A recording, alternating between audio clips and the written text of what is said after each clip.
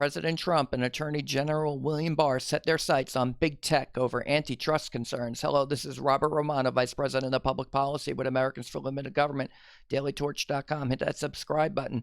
Today, we're going to be talking about big tech firms like Google, Facebook, Twitter, and Amazon. They appear to have caught the interest of the Antitrust Division of the Justice Department. They have announced a review of potentially anti-competitive activities that could be limiting consumer choices, hurting small businesses, and some say even engaging in censorship. Let's take a look at this. This was on July 23rd. Justice Department reviewing the practices of market-leading online platforms. Review focuses on practices that create or maintain structural impediments to greater competition and user benefits. The Department of Justice announced today that the department's Antitrust Division is reviewing whether and how market-leading online platforms have achieved market power and are engaging in practices that have reduced competition, stifled innovation, and have otherwise harm consumers. The department's review will consider the widespread concerns that consumers, businesses, and entrepreneurs have expressed about search, social media, and some retail services online. The department's Antitrust Division is conferring with and seeking information from the public, including industry participants who have direct insight into competition in online platforms, as well as others. This is really big news. The Antitrust Division is not to be trifled with, and they are taking interest in companies whose market capitalization taken together would be over $1 trillion. And these are huge companies. This will have widespread implications. Majority of Americans, they use social media, they use Amazon. And so this is, I think, a really telling, profound move by the Antitrust Division, and one that Americans for Limited Government supports, and just because of their market capitalization and the widespread usage. I think that antitrust is likely to come into play here. A Pew report found 68% of adult Americans, or 170 million, use Facebook, 24% use Twitter, about 61 million, 73% use broadband internet, it's 185 million people.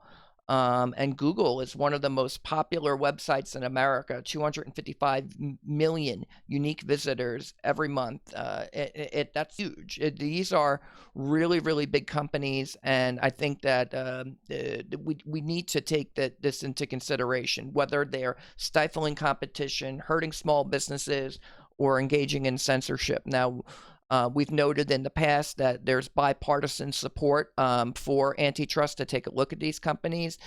We've looked at Senator Elizabeth Warren. She wants to break up Amazon, Google, and Facebook. And here's what she said in a recent statement. Quote, as these companies have grown larger and more powerful, they have used their resources and control over the way we use the internet to squash small businesses and innovation, and to substitute their own financial interests for the broader interests of the American people, to restore the balance of power in our democracy, to promote competition, and to ensure that the next generation of technology innovation is as vibrant as the last. It's time to break up our biggest tech companies. Now, the Justice Department isn't going that far at the moment. They're just saying that they're going to review these companies and see what impact they might have that could be competition concerns and otherwise. We've expressed at Americans for Limited Government concern over what we see as online political censorship. So we've looked at the case of James Woods. He says he's leaving Twitter until free speech is allowed. And he had tweets removed from his Twitter account. They forcibly just took content off of his page and said, you can't post that here. And he says, well, if you're not going to let me post here what I want, I'm not going to participate in your venue. Other examples, Steven Crowder was demonetized on YouTube after a reporter of Vox, Carlos Maza, said that he was using homophobic language, and cited several examples of what he considered to be, I guess, anti-homosexual comments. And then so they demonetized his YouTube page. Facebook, they had restored Candace Owens' page after suspending her and claimed it was an error. She had made a post that liberal policies encourage Black fatherless households that contribute to Black poverty rates. And so she was making a commentary that, marriage is a good thing, and it results in better outcomes for individuals if your parents are married. And I think that's a good message. I don't see why Facebook would remove or suspend her page for that reason. And we were glad to see that her page went back up, but it probably only owes to the fact that she has such a wide platform. She has so many users. She's so public and so visible that she was able to overcome deplatforming. I think that that's not always the case, and we've seen other examples of this.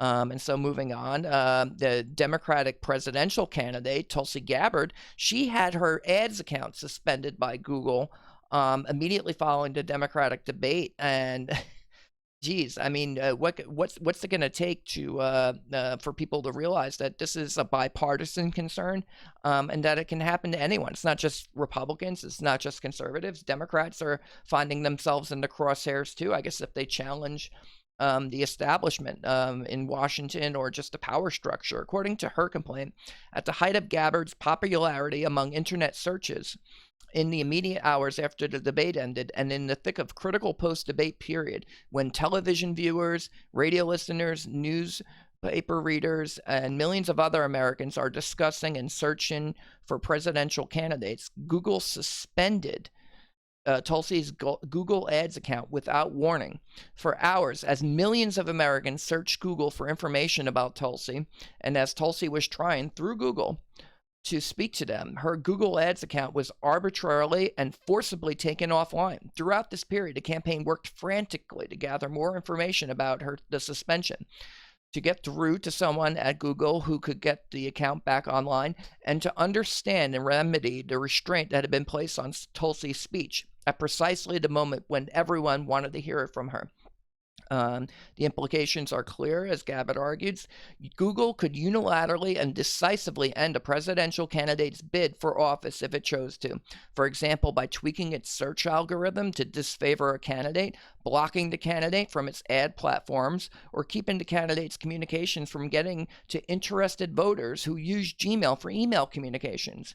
Well, it sounds like that, with the wide usage of these social media platforms or companies like Amazon, that they could do a lot to harm commerce, to interfere with commerce. I think that that's a real danger there, so that's something the Antitrust Division should be looking at. We're talking about money changing hands, whether for political campaigns, nonprofits like ALG, or news sites. They can arbitrarily suspend accounts and engage in deplatforming, and that's going to interfere with commerce. It's going to harm people's ability to raise money or to sell their products. I think that that's a huge problem. If it reaches the level of the Justice Department, the Antitrust Division, this is it's a huge deal. And how this is decided, how we determine these issues, are going to have a huge impact upon not only how our economy functions and commerce, but how our republic is going to function. And so we support what the Justice Department is doing, Attorney General Barr, and also the Antitrust Division, Assistant Attorney General Macon Delarine of the Antitrust Division. He issued a statement. He says, without the discipline of meaningful market-based competition, digital platforms may act in ways that are not responsive to consumer demands. The department's antitrust review will explore these important issues. And here's I think the real key here. If violations of the law are identified, the department will proceed appropriately to seek redress. So this all came on the heels of President Trump. He did a social media summit at the White House on July 12th, and he had some remarks there, and he cited censorship as a major concern. The president talked about James Woods. He says, James Woods, I don't know James, but he's an interesting guy, and he's a conservative guy, and he's a straight shooter. He's tough, but when they take him off, and other people like him, many in this room, it's very, very bad. It's a very bad thing. He also said, quote, big tech must not censor the voices of the American people. And he said, quote, I'm directing my administration to explore all regulatory and legislative solutions to protect free speech and the free speech rights of Americans. Now, I've written about this in the past where this goes beyond antitrust. I think that there's also civil right concerns. So I've expressed support for Congress narrowly expanding the franchise of protected groups under civil rights law to include politics. You would exclude employment decisions at political parties, campaigns, and nonprofit organizations, I think, that are engaged in philosophical and ideological. You have to vet on the basis of politics under those circumstances. But otherwise, I think that it would be a good thing to not have discrimination, not have people abused at restaurants for wearing a Make America Great Again hat. We've seen individuals like Martina Markota. She had her banking accounts removed. She says it's for political reasons. So I think we should go ahead. You can define politics under civil rights law as a protected class, exclude employment for exclusive organizations that are political. And also define interactive computer services like social media, banking, DNS resolution. That's how web browsers will communicate with IP addresses via domain names, and also web hosting and email services as public accommodations under civil rights law, so that services cannot be denied under the basis of politics. And we talked about President Trump. He's taking a clear interest in this, and I think the Trump administration and the Justice Department, they're to be praised for doing their jobs. This is about their constitutional obligations. The president, under Article 2, Section 3, the president is, quote, shall take care that the laws be faithfully executed. And so how did we come to this point? Well, I say it's because prior administrations have sidestepped robust antitrust enforcement in an environment when media consolidation was threatening the possibility of a push to one-party style systems that stifle dissent and silence opponents. And sure enough, you're seeing people's speech is being stifled on these platforms. Whether you agree with that speech or not, I don't think it's the point.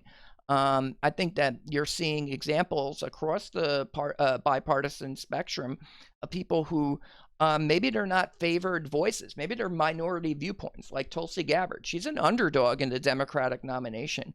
I don't know that she's likely to rise to the top tier of candidates, but she's certainly not going to get anywhere if web traffic or she's not able to purchase advertising on public venues, and for no reason. Like, why were they suspending her ads account? She couldn't even get a straight explanation out of them.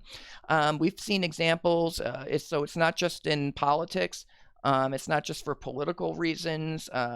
Steven Crowder, Candace Owens. I think you see examples of individuals or groups being demonetized or deplatformed, and it's not right. It's going to create circumstances where people are afraid to talk about certain issues for fear of being blocked on social media. And I think that's incredibly dangerous. We're on dangerous ground here. So you can wind up with one-party style systems that don't allow for dissent. And so people are going to stop engaging in debate and dialogue. We're supposed to be an open, free society. We respect the freedom of speech. The freedom of speech obviously applies to the government, so you can't impose First Amendment requirements on social media platforms. But what you could do is define civil rights under civil rights law, that politics is a protected class, and I think it should be. I mean, we want to have a robust two-party system. We want to have an ability to communicate, whether it's on politics or to engage in commerce. And just because somebody has unpopular views doesn't mean that it's okay for other companies to go out there and to suppress their business and to deplatform them. I think that's again, it's dangerous. And so we support what the administration is doing here. I think that limited government, there's going to be some of those who say, you're Americans for limited government. How could you support antitrust enforcement? Well, limited government means officials cannot act arbitrarily when they make decisions, but they're guided and limited by laws. Ignoring antitrust and other laws designed to promote free markets, commerce, and civil rights has brought us to this point. This should be handled carefully by the Justice Department, but if the laws aren't being followed, if there's cartel-like behavior or suppression of commerce, then the Justice Department should take action. That's what it's there for. And you could wind up in a situation where let's say the administration said we're not going to enforce antitrust, and certainly not on big tech, and just create this protected class of companies that, well, yeah, they can do whatever they want. Well, what's going to happen if companies are exempted from the laws, or individuals? They will engage in bad behavior. They'll say, oh, I can break the law with impunity. And so that's a very bad precedent. And here I am. I'm on YouTube saying that the government should regulate big tech firms like Google, like YouTube, like Facebook, like Twitter. We use all of these things. Everybody depends upon social media to get the word out. We're utilizing these platforms not because we want to do anything that's hateful or to hurt people, but we're trying to promote our organizations or promote our political views. We're trying to engage in speech. Don't shut us off. Don't shut us down. That's not going to be good for business. That's not going to be good for this our democracy and our republic. We need to have open discussions, and we're adults. We can do that. There's no reason to shut us down or anyone else. And so I'll leave you with the close here. Antitrust is a broad tool, but given Congress's own lack of action in this area and the reluctance of prior administrations to enforce the laws while big tech firms keep getting bigger, it may be the only tool in the administration's wheelhouse that has any teeth at all. And that's the commentary. This is Robert Romano, Vice President of Public Policy with Americans for Limited Government, dailytorch.com. Hit that subscribe button, ring the bell for notifications, and have a great day.